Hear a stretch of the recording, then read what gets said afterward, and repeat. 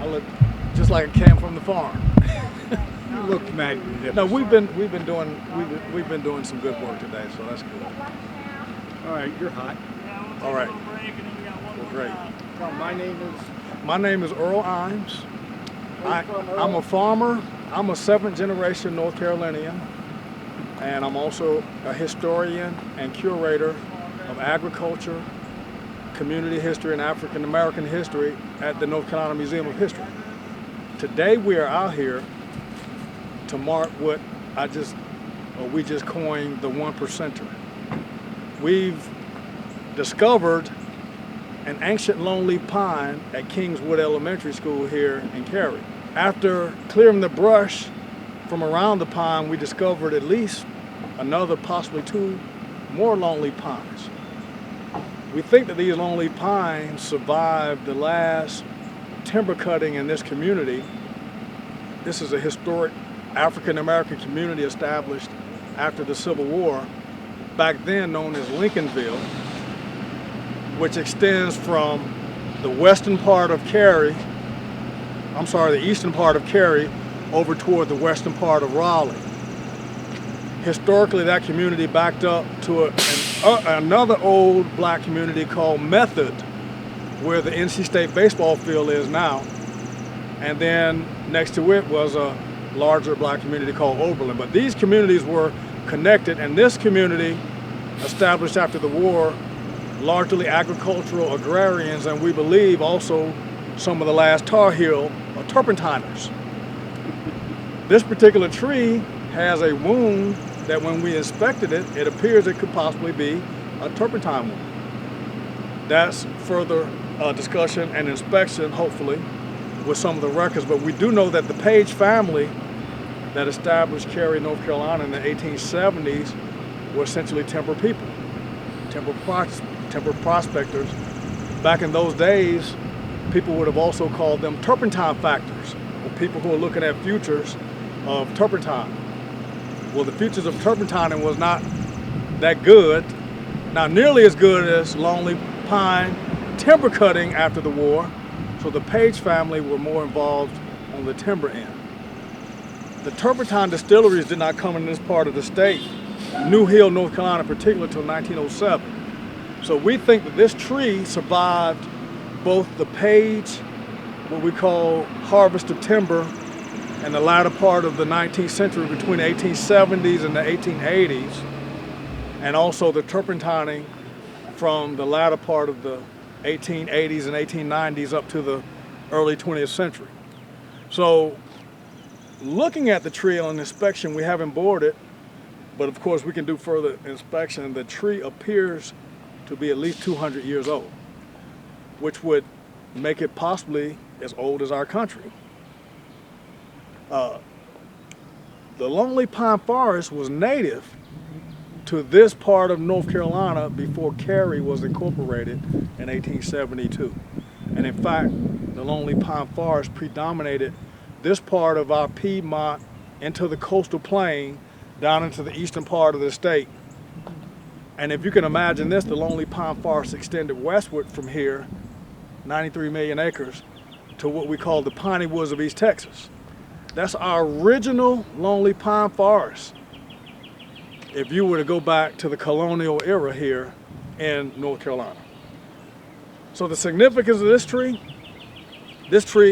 survived the turpentining, it survived the hectic pace of development in Cary, North Carolina, of all things, to this day in 2020 when we can discover or rediscover this tree and make this effort to save it and interpret the history, both the natural history and our history as North Carolinians and as Tar Heels. So again, I'm Earl Imes, and it's a pleasure to be part of this project. I discovered this tree going through the drive-through line earlier this year, dropping my son off to school here at Kingswood Elementary, and I'm really glad now that I stopped to ask if I could get a closer inspection. So we formed an alliance, and our alliance is hoping to not only save this tree, but also help to identify more longleaf pine trees in the Cary area, as well as establishing that Cary Tree Archive. Okay, I'm Benson Kirkman. I have a doctorate in plant ecology and ornamental horticulture. My PhD work was in part of the natural longleaf pine forest, a very special component of that called the creeping blueberry. But my love of longleaf goes way back before that.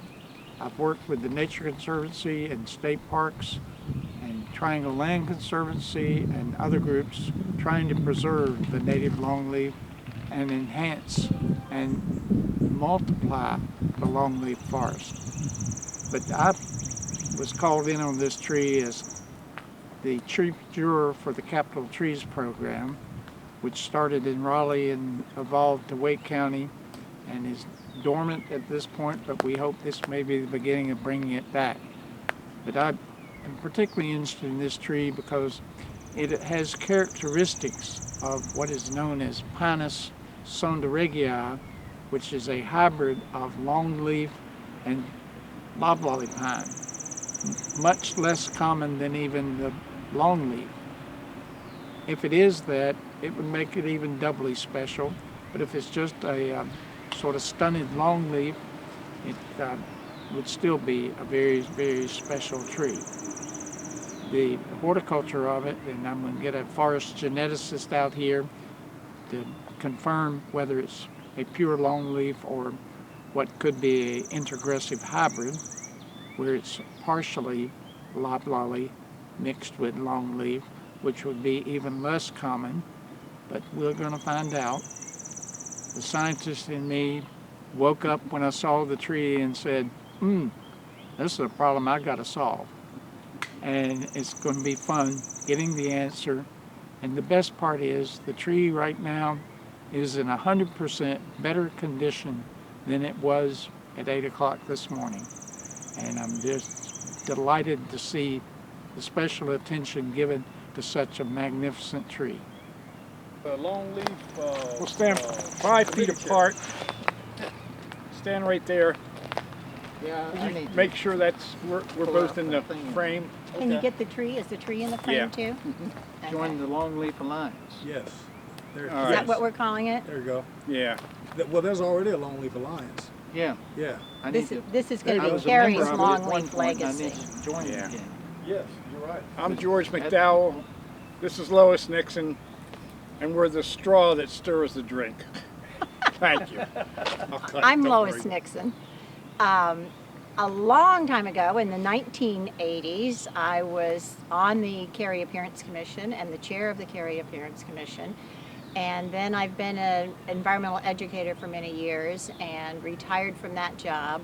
And now I'm a grandmother educator with my grandchildren. So, but I've always loved trees. People said, why do you love trees so much? And it's because I grew up in Kansas where there aren't very many. There certainly are no longleaf pine trees in Kansas. So when I got to North Carolina and when I first visited a longleaf savanna, I was mesmerized and so impressed with the ecosystem, with the opportunity to relax and enjoy the surroundings.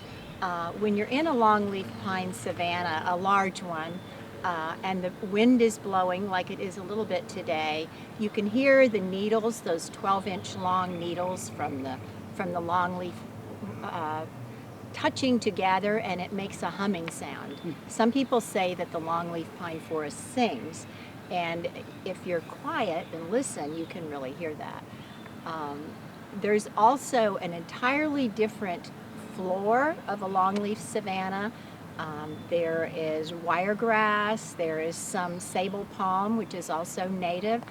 There is a lot of different animals. The endangered red cockaded woodpecker is one of the most spectacular parts of the longleaf forest. Also black squirrels, which we probably won't get in Cary. But we are hoping that with this beginning, with using this tree as an educational opportunity for the Kingswood children, but also for the whole town of Cary, that then we can expand to the Cary Tree Archive and really focus on Carey's longleaf legacy.